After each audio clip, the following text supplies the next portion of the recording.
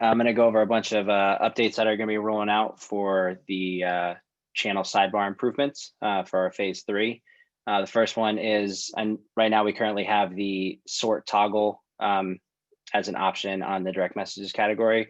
We're actually removing that and going to be introducing some context menus with some sort control. You'll have the ability to show the number of direct messages that you want in your category. Oops. So you can either show all, you can show a count. We are also going to be adding right-click menus into the UI. If you're in an empty space, you'll get a right-click menu that is the top-level control here.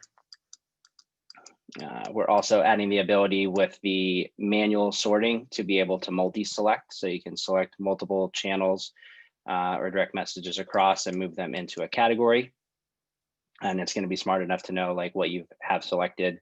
You can only move into certain categories based on the combination. And then they'll have an affordance that lets you know if you're dragging multiple versus using the move command through the context menu. An undo toast for when you're doing any move actions. So if you made a mistake, you've got a little affordance, a couple of seconds to undo that. So if you moved, 10 messages or 10 channels, you can now undo that and it puts them back in the place they were last in. Skip over that.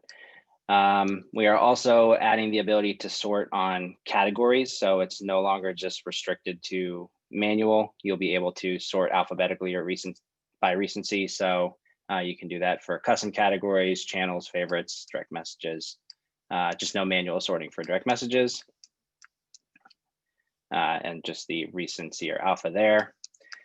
And then last but not least, we are going to be rolling out a change to the unreads category. So we're going to kind of take a little bit of a step back and give the user the ability to choose if they want to show an unreads category at all times by setting in the account settings, or they can unselect that and use the filter control similar to how we have now, but it'll just show you in a unreads only view. And that is everything. If you have any questions or feedback, feel free to post in the channel sidebar channel in the community server.